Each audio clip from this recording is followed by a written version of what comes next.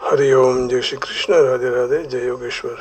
बंशीधरम दोद्रधरम नमामि मनोहरम मोहहरम च कृष्णं मालाधरम धर्मधुरंधरं च भारधर्यराध्यकरं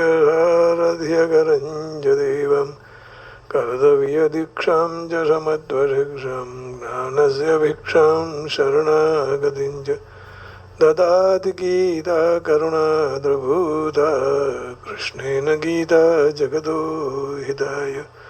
श्रीमद् भगवद गीता जी अध्याय 18 श्लोक 56। पहले श्लोक में अर्जुन ने संन्यास और त्याग के तत्व के विषय में पूछा तो उसके उत्तर में भगवान ने 4 से 12 श्लोक तक कर्मयोग का और 41वें में से 48वां श्लोक तक कर्मयोग का और संक्षेप में भक्ति योग का वर्णन किया। 13वें श्लोक से 40वें श्लोक तक विचार प्रधान सांख्य योग का और 49 से 55 श्लोक तक ध्यान प्रधान सांख्य योग का और संक्षेप में पराभक्ति प्राप्ति का वर्णन किया। अब भगवान शरणागति की प्रधानता वाले भक्ति योग का वर्णन का आरंभ करते हैं। तो भगवान ने यहाँ सारे योगों का वर्णन कर दिया। कर्म योग का वर्णन किया, फिर कर्मयोग को संक्षेप में कहकर फिर भक्ति योग का वर्णन किया, विचार प्रधान सांख्य योग का वर्णन किया, ध्यान प्रधान सांख्य योग का वर्णन किया, पराभक्ति बताई और भक्ति योग का वर्णन का प्रारंभ करते हैं। सर्वकर्माण्यपि सदा कुर्वाणो मद्व्यपाश्रयः मत्प्रसादात् अवाप्नोति शाश्वतं पदमव्ययम्। सर्वकर्माण्यपि सदा कुर्वाणो मद्व्यपाश्रयः मत्प्रसादात् अवाप्नोति शाश्वतं पदमव्ययम्।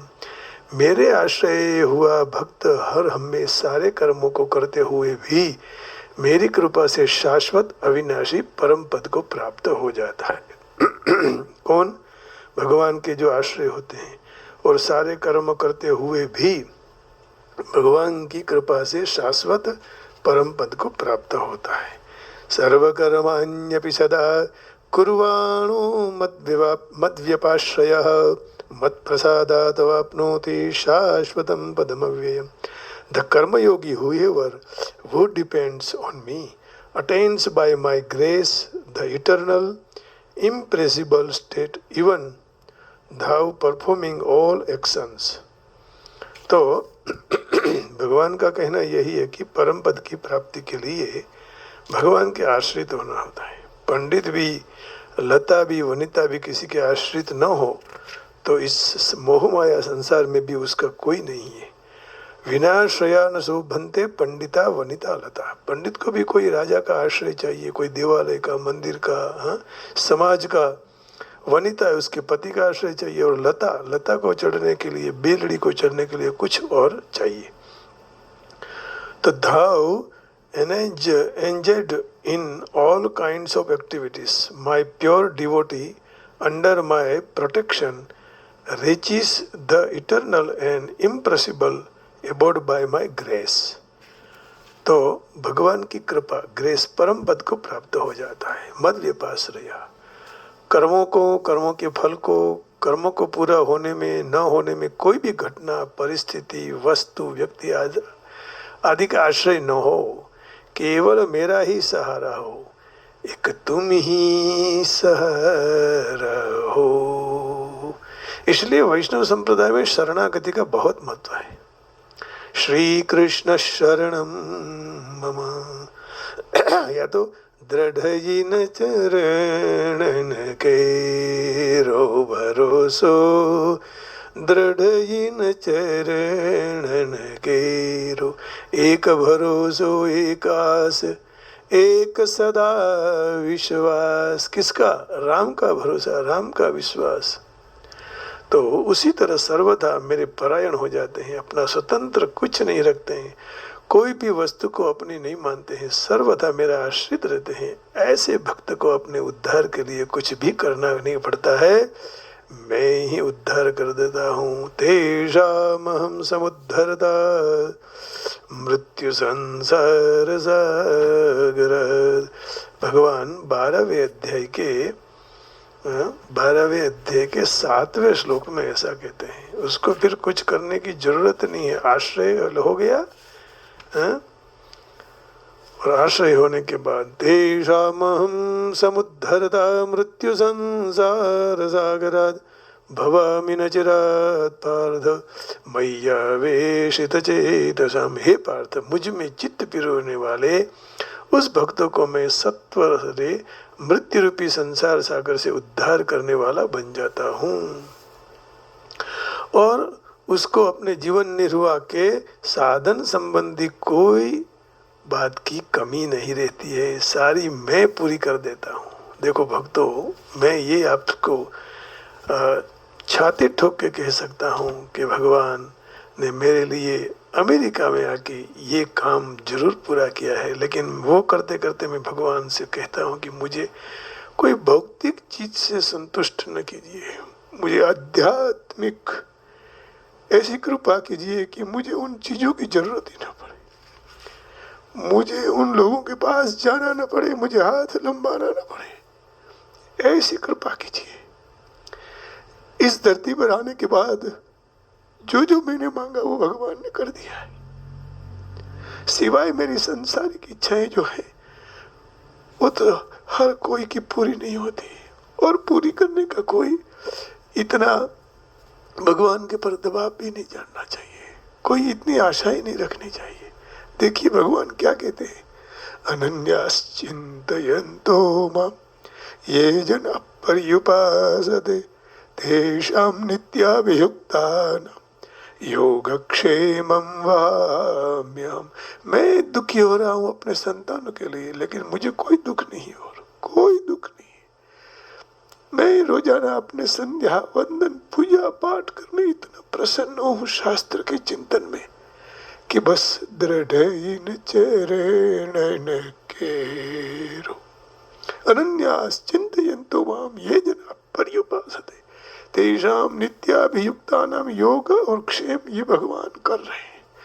भारत में नहीं करते थे, ऐसा नहीं कर रहा हूँ, लेकिन वहां तो समाज का किसी का सहारा था, यहाँ तो कोई सहारा नहीं, केवल ईश्वर के सिवाय कोई नहीं।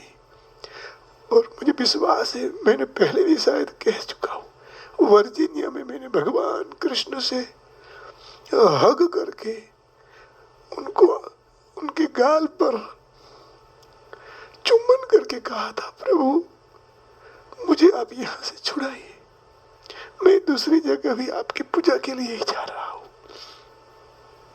तो जो जो मैंने मांगा भगवान ने कभी उसको ठुकराया नहीं, लेकिन अब मैं ये नहीं मांग रहा हूँ, अब मैं यही मांग रहा हूँ, बस आप जहाँ कहोगे जैसे रहोगे वहां मैं जाऊंगा, पूर्ण शरणागति हो जाए, बस यही भावना है। तो मेरा हर हमेश भगवान कहते हैं नियम है, विधान है कि सर्वथा मेरे शरण जाने वालों को प्राणी को प्राप्त सब हो जाता है, लेकिन शरणागति स्वीकारना बहुत जरूरी है। 9वें अध्याय के 30वें श्लोक में भी भगवान यही बात कहते हैं, सुनिए। अपि चेत सुदुराचारो भजते माम अनन्य भाग साधुरेव समन्तव्यः सम्यक व्यवहितो हिसा। वो तो हमें विश्वास नहीं है, श्रद्धा नहीं है, इसलिए भगवान हमारे साथ नहीं है ऐसा हम मान लेते हैं, और जब काम करते हैं तो कहते हैं मैंने किया।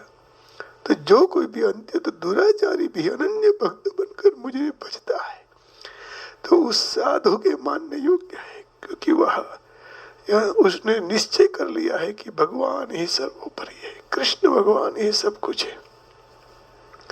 तो दृढ़ निश्चय कर लेंगे तो परमात्मा अपने साथ ही है।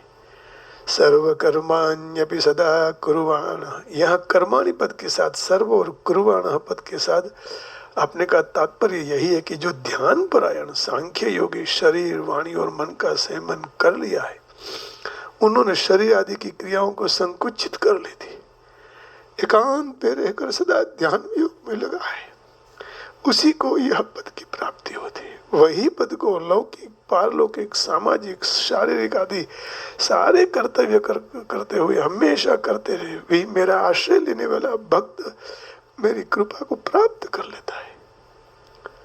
देखिए आशीर्वाद और कृपा में बहुत फर्क है। आशीर्वाद किसी से मांगने से मिलते हैं, लेकिन कृपा अपने आप हो जाती है। ये मुझ पर हुई एक कृपा मैं स्वीकार करता हूँ, ये मेरा अनुभव है। और आज मेरा दृढ़ विश्वास होता है कि कई संतों कहते हैं कि मुझे भगवान का दर्शन हुआ है। सच कहते हैं, वो अनुभव में आता है तब आदमी उसको स्पष्ट कर सकता है।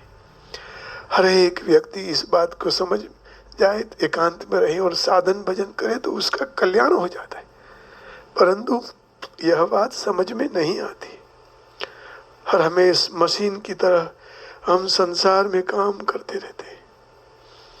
हाँ, उसका कल्याण हो जाए ऐसी कोई युक्ति दिखाई नहीं दे रही है, क्योंकि ऐसे तो सारे लोग कर्म करते रहते हैं। इतना ही नहीं, सब जीव कर्म करते ही रहते हैं, परंतु इस सब का कल्याण होते हुए दिखाई नहीं देता है।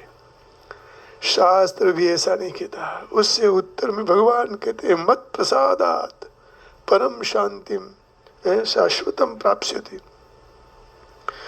मच्चित्तः मद्गत प्राणः। तात्पर्य यही है कि जो केवल मेरे आश्रय ले चुके हैं उनका कल्याण मेरी कृपा से हो जाता है। ऐसा कौन मानने वाला है? जो मानने वाला है तो उसके पर भगवत कृपा है ही। प्राणी मात्र पर भगवान का ममत्व और कृपा सदा सर्वत्र सिद्ध है। तो भी मनुष्य जहाँ तक असत संसार का आश्रय लेकर भगवान से विमुख रहता है, तब भगवत कृपा फलीभूत नहीं होती। हमें भगवान के आश्रित होना चाहिए बस। और भगवान कहते हैं उनकी सारी इच्छाएं फिर संसार की निर्वाह की मैं पूर्ण कर देता हूँ, उसका कल्याण हो जाता है। और मनुष्य फिर भी विमुख रहता है तो भगवत कृपा फलीभूत नहीं होती। परंतु मनुष्य भगवान का आश्रय लेकर जैसे जैसे दूसरों का आश्रय छोड़ दे, वैसे वैसे भगवान का आश्रय दृढ़ हो जाता है और भगवत कृपा का अनुभव होता है। यही मैंने माना, संसार में कोई अपना नहीं, कोई किसी को मदद नहीं करता, और यदि करता है तो भगवान ने उसको भेजा है कि जाओ इनको मदद करो आप। कोई किसी का नहीं, अकेले अकेले सब इस संसार में, इस भीड़ में घूम रहे हैं।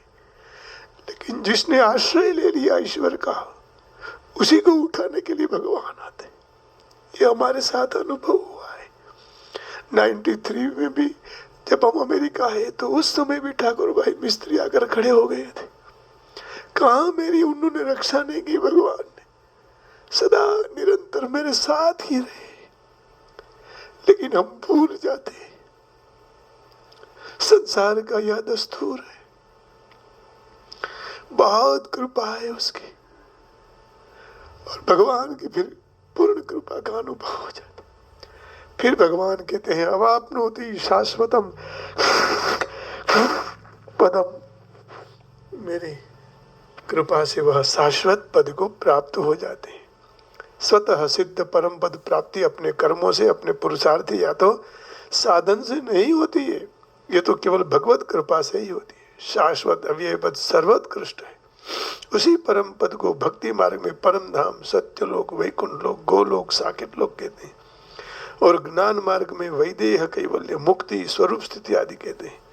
तो परम पद तत्व एक ही होते हुए भी मार्ग उपासनाओं से भेद होने से उपासकों की दृष्टि में भिन्न भिन्न कहा गया है।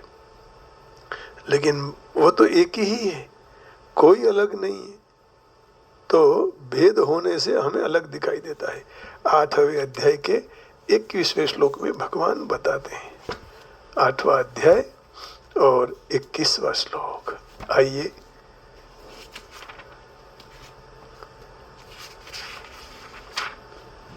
अव्यक्तोऽक्षर इत्युक्तः तमाहुः परमां गतिं यं प्राप्य न निवर्तन्ते तद्धाम परमं मम। उसी को अव्यक्त और अक्षर ऐसे नाम से कहा गया है, और उसी को परम गति कहते हैं। तथा जिसको प्राप्त कर जीव संसार में वापस नहीं आता, तो वह मेरा परम धाम है। ये भगवान ने यहाँ कह दिया। भगवान का, और भगवान ने 14 अध्याय के 27वें श्लोक में भी भगवान कह रहे हैं, 14वें अध्याय का 27वां श्लोक ये रहा। ब्रह्मणो हि प्रतिष्ठा ममृतस्य व्ययस्य च शाश्वतस्य च धर्मस्य सुखस्य एकांतिकस्य च। क्योंकि ब्रह्म और अविनाशी अमृत का और शाश्वत धर्म का और एकांतिक सुख का आश्रय भगवान कहते हैं मैं ही हूँ और कोई नहीं है। भगवान का चिन्मय लोक और स्थल विशेष में होते हुए भी सारी जगह में व्यापक रूप से परिपूर्ण है। जहाँ भगवान है वहीं उनका लोक भी है, क्योंकि भगवान और उनके लोक तत्व से एक ही है। भगवान लोक तत्व से भगवान सर्वत्र विराजमान है, इसलिए उनका लोक भी सर्वत्र विराजमान सर्वव्यापी। जब भक्त की अनन्य निष्ठा हो जाती है तब परिच्छिन्नता का अत्यंत अभाव हो जाता है, उसी लोक और उसके समक्ष प्रकट हो जाता है। अर्थात उसको यहाँ जीते जी ही लोक की दिव्य लीला का अनुभव होने लगता है। परंतु जो भक्त की ऐसी धारणा है तो वह दिव्य लोक और स्थल विशेष में है ही, और जल में स्थो अखिल ब्रह्मांड मां एक तू श्री हरि जूझवे अनंत रूपे। अनंत रूप में भाषित होता है तो उसको उस लोक की प्राप्ति शरीर छोड़ने से होती है। तो उसको लेने के लिए भगवान के पार्षद आते हैं, कहीं कहीं स्वयं भगवान भी आते हैं। हाँ? ज्ञान योगी के लिए भगवान ने कहा है कि सारे विषयों का त्याग करके संयम पूर्वक निरंतर ध्यान परायण रहे, तब तो अहंता ममता काम क्रोध आदि का त्याग करके ब्रह्म प्राप्ति का अधिकारी बनता है। 18वें अध्याय के 51वां 52वां और 53वें श्लोक में भगवान ने कह दिया है। इसी अध्याय के 51वें श्लोक में भगवान ने ये कहा है कि तब मुझे वो प्राप्त कर सकते हैं। बुद्ध्या विशुद्धया युक्तो धृत्यात्मानं नियम्य च शब्दादीन् विषयांश्च त्यक्त्वा रागद्वेषौ व्युदस्य च विविक्तसे विलघ्वासि यत वाक्काय मानसः ध्यानयोगपरो नित्यं वैराग्यं समुपाश्रितः अहंकारं बलं दर्पं कामं क्रोधं परिग्रहं विमुच्य निर्ममः शान्तो ब्रह्म भूयाय कल्पते। जो विशुद्ध सात्विक बुद्धि से युक्त वैराग्य को आश्रित एकांत का सेवन करने वाला नियमित भोजन करने वाला साधक धैर्य पूर्वक इंद्रियों का नियमन करके शरीर वाणी मन को वश करके शब्दादि विषयों को त्याग करके राग द्वेष को छोड़कर निरंतर ध्यान योग परायण हो जाता है। अहंकार बल दर्प काम क्रोध और परिग्रह से रहित होकर ममता रहित शांत होकर ब्रह्म प्राप्ति के पात्र बन जाता है। ये भगवान ने यहाँ कह दिया। तो परंतु भक्त के लिए कहा है कि अपना वर्ण आश्रम अनुसार सारे विहित कर्म सदा करते हुए मेरे परम पद को प्राप्त होता है, क्योंकि उन्होंने मेरा आश्रय लिया है ना। मद व्यपाश्रय, तात्पर्य यही है कि भगवान के चरणों का आश्रय लेने से सुगमता से कल्याण हो जाता है। भक्त को अपना कल्याण अपने खुद को करना है, बल्कि अपना बल विद्या थोड़ा भी आश्रय न रखकर मात्र विश्वास पूर्वक भगवान का आश्रय लेने से भगवत कृपा ही उसका कल्याण कर देती है। जैसे प्रहलाद ने उसके पिताजी को कहा था कि बलम बलवताम, बलो यो के बलि मेरे भगवान है, आप नहीं है। आप में जो बल है वो भी भगवान का है, मुझ में भी है वो भगवान का है। मत प्रसादात अवाप्नोति शाश्वतम पदमव्यम। तो भगवान के भी मात्र भक्त को आश्रय को देखते हैं। भगवान भक्त का आश्रय देखते हैं। ये यथा माम प्रपद्यन्ते तांस तथैव भजाम्यहम्। 4 अध्याय के 11वें श्लोक में भगवान ने ये कहा। 4 अध्याय और ये 11वां श्लोक। बहुत भगवान ने कहीं कहीं इतने उदाहरण देकर समझाया है। ये यथा मम प्रपद्यन्ते तांस तथैव भजाम्यहम् मम वर्तमानो वर्तन्ते मनुष्याः पार्थ सर्वशः। हे प्रधानंदन, जो भक्त मेरा जैसे भाव से शरण लेता है उसी को मैं इसे भाव से आश्रय देता हूँ, क्योंकि सब मनुष्य सर्वप्रति से मेरे मार्ग का ही अनुसरण करते हैं। और रामायण में भी कहा है, रहती न प्रभु चित चूक किए की करत सुरतिशय बारहिए की। रहती न प्रभु चित चूक किए की, करत सुरती सर बारहिए की। भगवान दोष नहीं देखते हैं। जन यव गुण प्रभु मानन कावू, दीन बंधु अति मृदुल स्वभाव।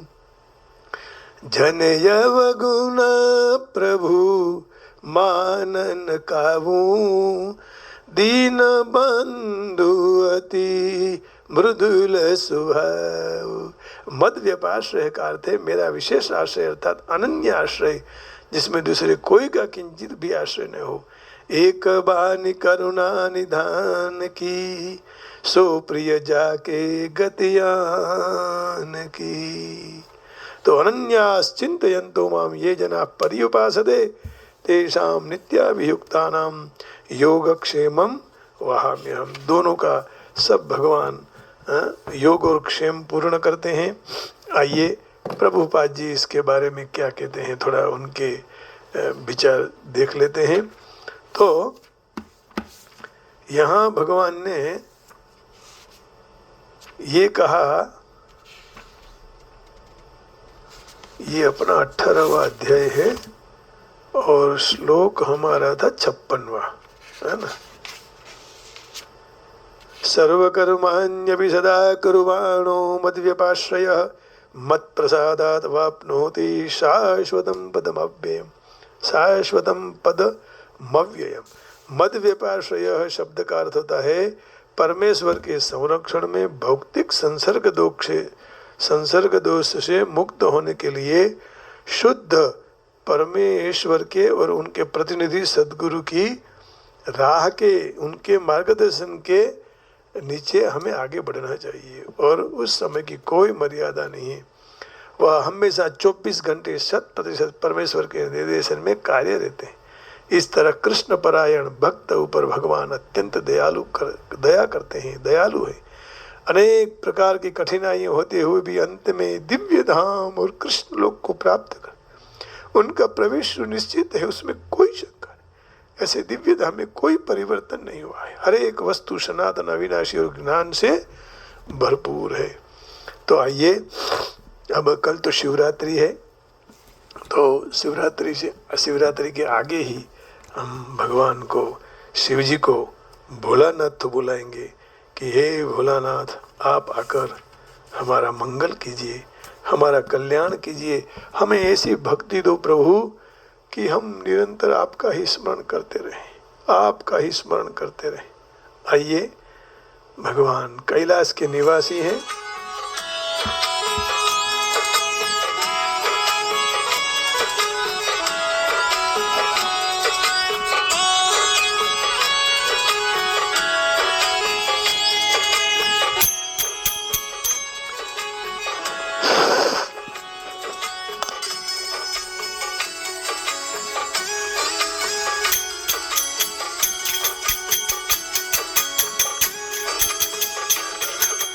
कैलाश के निवासी नमो बार बार हूँ, नमो बार बार हूँ। आयु शरण तिहारी भूल तार तार तू, आयु शरण तिहारी तार तार तू। कैलाश के निवासी नम बार बार हूँ, नमो बार बार हूँ। आयु शरण तिहारी वो तार तार तू, आयु शरण तिहारी तार तार तू। नमः शिवाय, नमः शिवाय, नमः शिवाय, ओम नमः शिवाय, नमः शिवाय, नमः शिवाय, नमः शिवाय, ओम नमः शिवाय, नमः शिवाय, नमः शिवाय। भक्तों को कभी तुमने निराश न किया, मांगा जो चाहे वरदान दे दिया, निराश ना किया। मांगा जी ने जो चाहे वरदान दे दिया, बड़ा ही तेरा दाय जाऊं, बड़ा ही तेरा दाय जा, बड़ा दातार तू, बड़ा दातार तू। आयु शरण तिहारी बोले तार तार तू, आयु शरण तिहारी बोले तार तार तू। कैलाश के निवासी बार बार हूँ नमो, आयु शरण तिहार तार तार तू, आयु शरण तिहार तार तार तू।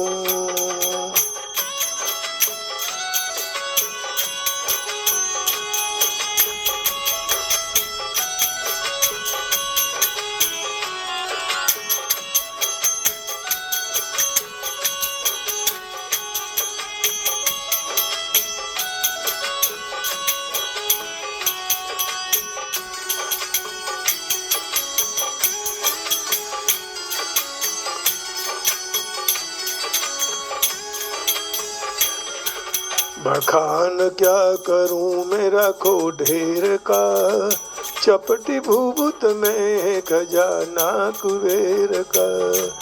बखान क्या करूं मेरा खो के ढेर का, चपटी भूभुत में खजाना कुबेर का। है गंगाधार मुक्ति द्वार हो, हे गंगाधार मुक्ति द्वार। ओमकार तू, ओमकार तू। आयु शरण तिहारी बोले तार तार तू, आयु शरण तिहारी बोले तार तार तू। आयु शरण तिहारी बोले तार तार तू, आयु शरण तिहारी बोले तार तार तू। नमः शिवाय। आप सबके हृदय में बैठे हुए भगवान को प्रणाम करके वाणी को विराम देता हूँ। जय श्री कृष्ण, हरि ओम, राधे राधे, ओम नमः शिवाय, गोविंदा। जय राम जी की जय, श्री राम, जय योगेश्वर, जय हो बरसाने वाले की जय।